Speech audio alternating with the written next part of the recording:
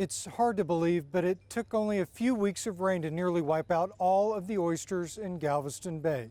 It'll take years for their numbers to come back.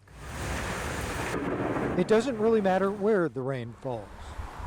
Once the skies have cleared, all of that water winds up here, flowing into Galveston Bay, then on to the Gulf.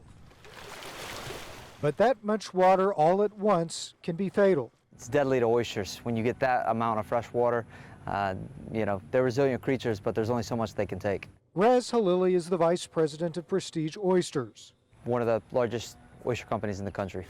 which is based here in San Leon. It's where they shuck, sell, and ship oysters to the rest of the U.S. by the truckload. Out in the water are their oyster reefs.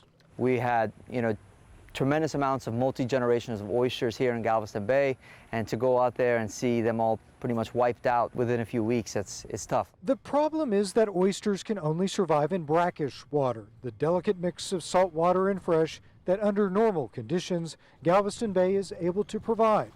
But the persistent rainstorms and floodwater has thrown off that perfect balance to the point that the bivalves are dying, and there's no way to help them. We have $5 million worth of inventory that we lost here in Galveston Bay. It's an expensive problem, which is why Galveston County Judge Mark Henry issued a disaster declaration for the local oyster industry at the start of this month.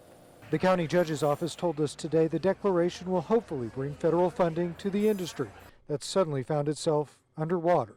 Raz says Galveston Bay's oyster industry is often overlooked, but for this crisis, the federal assistance is necessary. Not only for the oyster devotees, but also for the ecosystem as a whole. They provide life for other creatures, they filter water, they clean our bay systems, and then they're our first barrier to coastal erosion. In San Leon, I'm Matt Doherty, KHOU 11 News.